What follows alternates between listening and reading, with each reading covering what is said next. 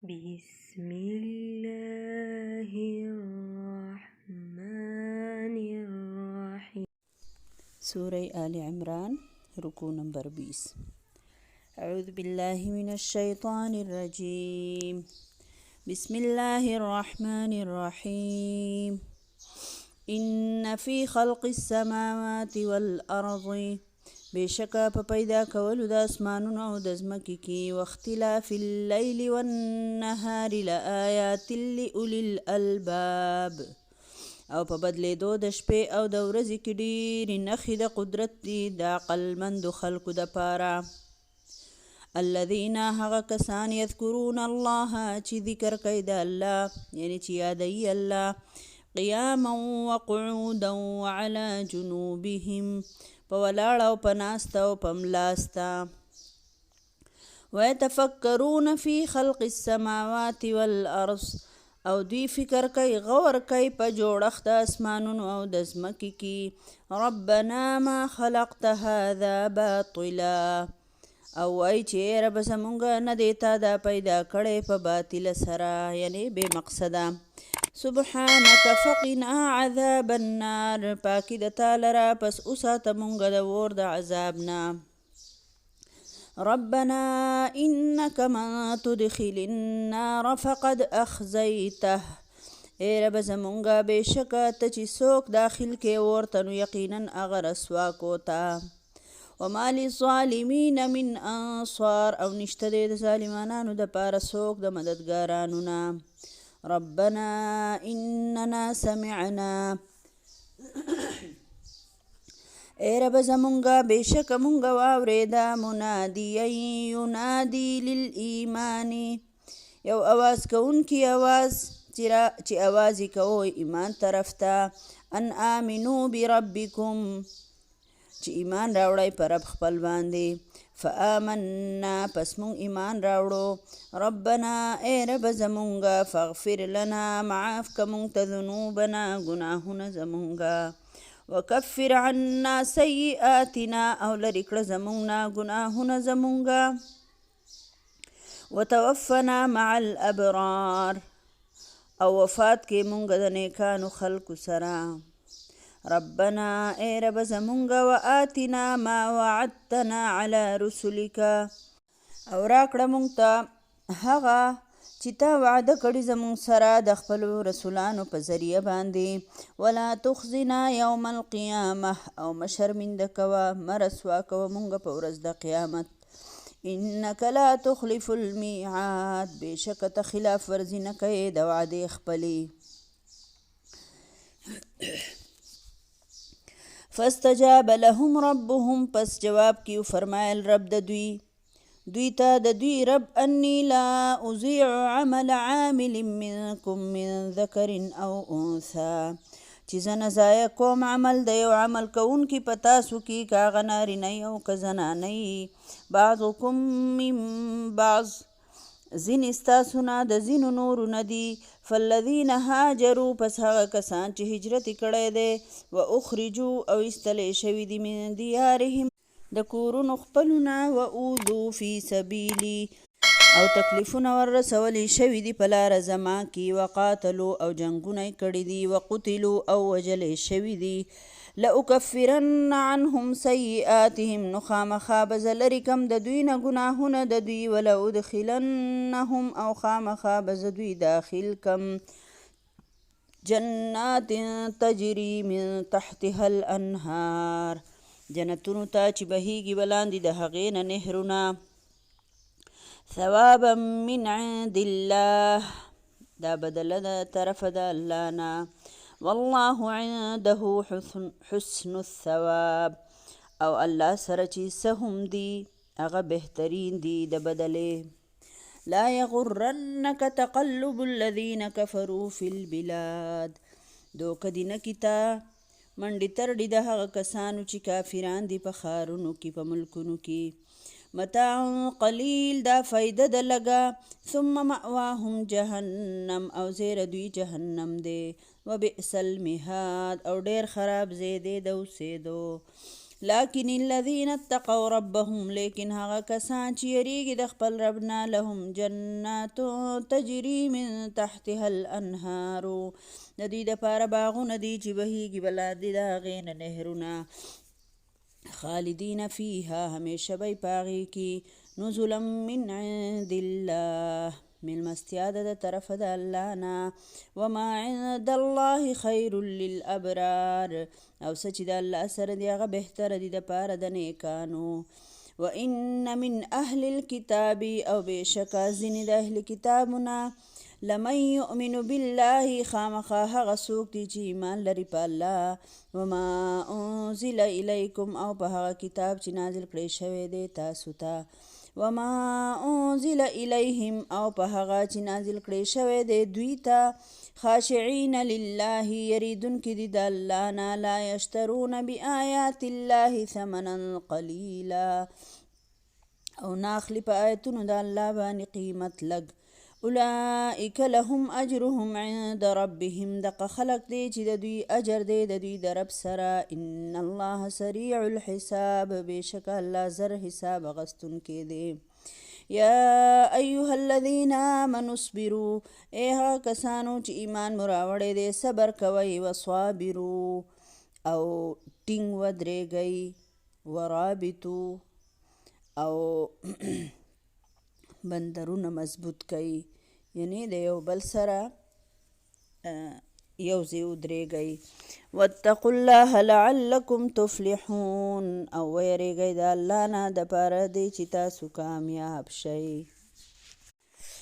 په دې رکوع کې الله رب العالمین فرمایي چې بېشکه د ځمکه اسمانونه د شپه ورځ د الله د قدرت لوی لوی نښې دي نور سپوږمۍ ستوري تاسو ګورئ په ورځې پسې شپه او په شپه پسې ورځ او دا یو مربوط نظام دی یو سیسټم دی چې الله پاک جوړ کړی دی د یو لمحې مخکېوالی وروستوالی یا فرق یا ګډوډوالی په دې کې نه راځي نو دا ټول د یو فرمان روا په لاس کې دي دا ټول د یو عظیم قدرت دی اختیارات دی د کائناتو چې هر څه د الله په اختیار کې د چا مجال نشته د دې حدودو نه یو ذره برابره خوا دی خوا شي که نه پاتې شو انسان نو انسان ته الله رب العالمین فرمایي چې ستا دپاره د دې انسان دپاره چې الله رب العالمین د کائناتو هر څیز چې دی هغه الله پاک د دې انسان دپاره پیدا کړی دا هر څه بیکار او بې مقصده نه دي پیدا شوي دا ټول هر څه د انسان په خدمت باندې معموره دي تاسو دې خبرې ته لږ سوچ وکړئ که نه زما او ستا په خدمت باندې معموره دي دا ځمکه اسمانونه او دا انور او دا سپوږمۍ او دا ستوري او دا هواګانې دا بارانونه او دا هر شی دا میوې او دا موسمونه او دا فصلونه او دا هر څیز الله رب العالمین دا د دې انسان د فایدې لپاره جوړ کړی دی اوس که دې کې یو شی هونه وي نو دې انسان په دې دنیا کې وخت نشي تېرولی که نه نو د دې کائناتو مقصد د انسان خدمت دی او د هغې وجه دا ده چې دا انسان اشرف المخلوقات دی دا انسان چې دی دا چې د الله پر رب العالمین څونه مخلوق پیدا کړی دا انسان پکې بهترین مخلوق دی اشرف دی پکې د فرشتو نه د دې درجه اوچته ده نو خو شرط پکې دی او هغه شرط پکې دا دی چې دی به د الله د رالیږلی شوي قانون مطابق زندگی تیروي په دې خبره ځان پوهه کوي په دې کائناتو کې یو انسان دا انسان داسې مخلوق دی چې عقل او تمیز ولا الله پاک ورکړی دی او د تصرف اختیارات ولا هم ورکړي دي نور چاته خو چې څه دي بس په هغې کې روان دي اختیارات یې نشته دی صرف انسان داسې دی چې دله الله پاک اختیار ورکړی دی او اخلاقي حس یې پکې پیدا کړی دی نو اوس په خپله سوچ وکړئ دا خو د عقل او د حکمت خلاف خبره ده یو انسان الله دونه هر څه ورکړي او د هغه نه بیا تپوس ونه کړي چې په نیکۍ ولا بهترینه بدله ورنه کړي او په بدۍ ولا سزا ورنه کړي نو دا خو د حکمت او د عقل خلاف خبره ده که نه لکه موږ ګورو چې یو انسان دی ټول عمر په بل باندې ظلمونه کوي خلک خفه کوي د خلکو حقونه غصب کوي او دته په دنیا کې هېڅ چل نه دی لګیا یې هغه ژوند تېری هغه شانتې خوري او څکي او خوده کېږي او رایخېږي او هېڅ چل پې هم نه او بل طرف ته یو نیک انسان دی دینداره انسان دی ټول عمر سختیانې مصیبتونه غریبي تکلیفونه د خلکو ویناګانې پیغورونه پته نشته چې څه دا غریبي او تنګدستي او بیماري او هر څه برداشت کوي او په دنیا کې اډو ښکلې ورځ لیدلې نه. نو دا خو د الله تعالی د عدل خلاف خبره ده که نه. نو لازمي به یو عقلمند انسان دا سوچ کوي چې داسې یو ځای وي یو وخت وي چې د کم بنده چې دا تکلیفونه او سختې تېرې کړي چې دوی ته د هغې بدله میلاو شي، او چې کم بنده دا ظلمونه او دا جبر او دا زیاتې کړی دا خلک یې خفه کړی چې دوی ته د دې سزا میلاو شي. نو دغه هغه ورځ ده چې هغې ته د آخرت ورځ وایي. نو دلته الله فرمایي چې مؤمن هغه بې مقصده ژوند نه تیروي، د هغه شپه ورځ د الله په یادو کې تېرېږي. ذکر نه مراد دا نه چې صرف سبحان الله الحمدلله وایي، نه، شپه ورځ د هغه تعلق د الله سره وي او هغه الله ته څه وایي؟ ای رب دا هر څه خو باطل نه دي پیدا شوي، ای ربه تا چې څوک جهنم ته داخل کو الله تا هغه رسوا کو الله موږ د اور د عذاب نه بچ که. او بیا ربنا اننا سمعنا منادیا ینادی للایمان، ای ربه مونږ د اواز کوونکي اواز واورېدو چې الله طرف ته اواز کوو چې ایمان راوړی په خپل رب باندې.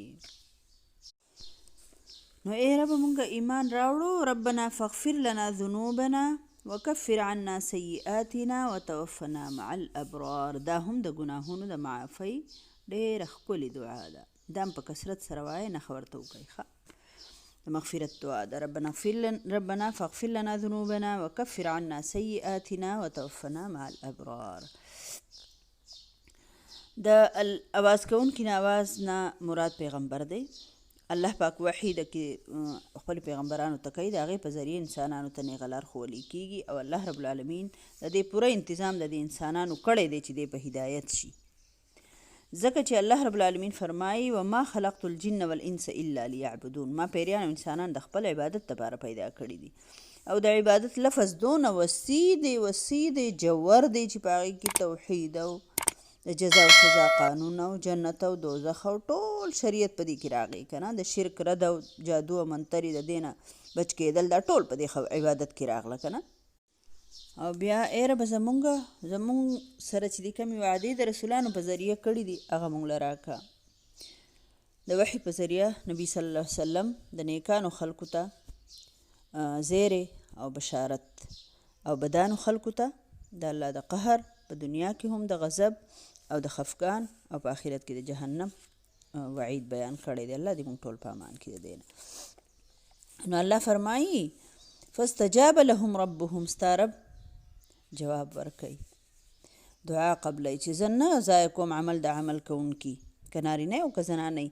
خبره دا وه چې ام سلمه رضی الله عنها د نبی صلی الله علیه وسلم بیبي ده. نو فرمایي وی یا رسول الله صلی الله علیه وسلم په قرآن کې خو چې چېرته هم د هجرت یا د نیک اعمال خبره کېږي جو د سړو ذکر راځي، د ښځو خواړو ذکر نه راځي. نو دلته الله رب العالمین سړي او ښځه ورته دواړه جدا کړل چې که سړی نیک عمل کوي که ښځه نیک عمل کوي د هغوی بدله یو شان ده. یعنی د نیکۍ په عمل کې د نارینه او د زنانه فرق نشته دی. دا خو الله پاک دا نارینه لږ مضبوط او قوت والا پیدا کړی دی، نو ځکه چې دی به د کور سربرایي، دی به د بچو د ښځې نفقه یعنی خرچه، د اولاد تربیت، د هغوی تعلیم او د هغې خرچې اخراجات ټول ذمه دار چې دی سړی دی. نو ځکه الله سړي له فوقیت ورکړی دی. او نور چې دی نو په نیکۍ او په بدۍ کې چې دی نو د ښځې او د نر په دې په اجر کې دغه نشته دی چې ګینې د ښځې به اجر یوه حصه او د سړو به دوه حصې، نه، اجر د ښځې او د نر یو شان دی. الله څومره مهربانه رب دی. بیا د کفارو قافلې چې وي نو به د یمن نه شام ته تلې او د دنیا فایدې او منافع به یې راوړی. مسلمانان کمزوري په هغه وخت کې. نو الله رب العالمین فرمایي چې د دوی دا منډې ترډې چې په ښارونو کې دوی وهي که نه، نو په دې باندې مه خفه کېږئ. نبي صلی الله علیه وسلم ته الله پاک فرمایي مسلمانانو ته دا خو د دنیا د ژوند سامان دی او ډېر لږ دی، ډېر زر به دا ختم شي. او دغه شان وشو، الله پاک مسلمانانو له بیا فتح ورکړه که نه. دغه شان نن هم چې موږ هغو ته نه ګورو چې الله کافر دا کوي دا کوي حرام کوي جو دونه مالداران دي که نه، نه، موږ به حلال کوو، موږ به ټیک لاره اختیارو، موږ به بدعملۍ نه کوو، حرام خوري به نه کوو، سود به نه کوو. او الله پاک به کامیابی په دنیا کې هم راکوي او په آخرت کې هم راکوي انشاءالله. او بیا الله رب العالمین فرمایي چې په اهل کتابو کې هم داسې خلک شته چې په الله ایمان راوړي نبی صلی الله علیه وسلم فرمایي وایي 3 قسمه بندیان به چې الله وله 2 چنده اجر ورکوي. یو هغه چې د چا سره وینځئ او دی وله ښکلی تعلیم او تربیت وکړي، ادب ورته وښیي، طریقه ورته وښیي او بیا ورسره نکاح وکړي، نو دې بنده ته 2 چنده اجر میلاو شو. او بل هغه یهودي یا عیسایي چې هغه په خپل پیغمبر هم ایمان راوړی او په محمد رسول الله صلی الله علیه وسلم باندې هم ایمان راوړي، نو هغه ته هم 2 چنده اجر میلاو شو. او دریم هغه غلام چې هغه د الله حکم هم حق ادا کوي او حکم یې مني او د خپل آقا د خپل مالک خبره هم مني. بیا الله فرمایي ای مؤمنانو صبر کوئ، ثابت قدمی اختیار کوئ، بندرونه مضبوط کوئ، مطلب د جهاد دپاره تیار شئ. د جهاد په مورچه باندې پهره ورکول، د خپلو وطن د سرحداتو حفاظت کول د دې ډېر لوی ثواب دی. رسول الله صلی الله علیه وسلم فرمایي وایي د الله په لار کې یوه ورځ په مورچه باندې اوسېدل، یعنې د خپل مملکت د خپل وطن حفاظت دپاره ودرېدل، یا یو ساعت د شپې یا یو ساعت د ورځې، دا د دنیا او په دنیا کې چې څه دي د دې ټولو نه بهتر دي. سوچ وکړئ بخاري شریف حدیث دی.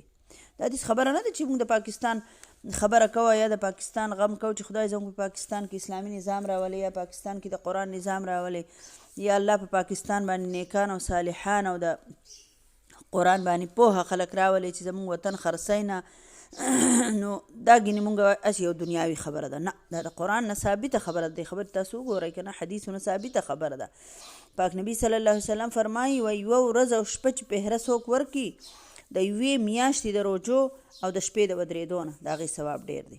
سوچ وکړئ، یوه ورځ پهره ورکول او یوه میاشت د روجې ټوله روڼول د شپې د ورځې روجه، د دې ثواب دی لږ دی او د هغې یوې ورځې د پهرې ثواب دی ډېر دی. او که پهره یې ورکول او شهید شو نو د دې بنده دا عمل به مسلسل جاري دی. مړ شو، شهید شو، د قیامته پورې به دوله مسلسل اجر ورکړی کېږي. دا څونه غټه خبره ده که نه.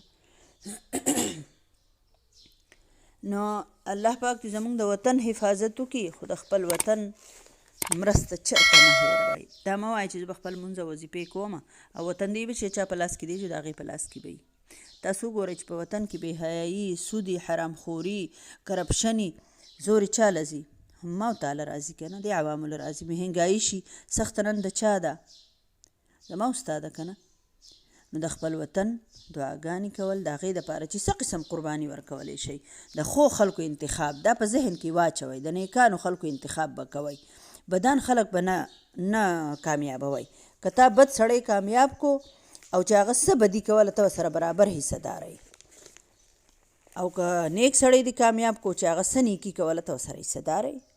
الله دې موږ ټوله د بهترین انتخاب کول توفیق او طاقت راکړي. الله دې زموږ د وطن محافظ شي.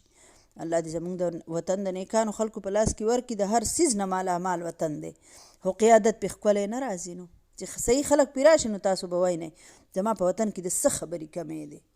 الله دې زما د وطن محافظ شي.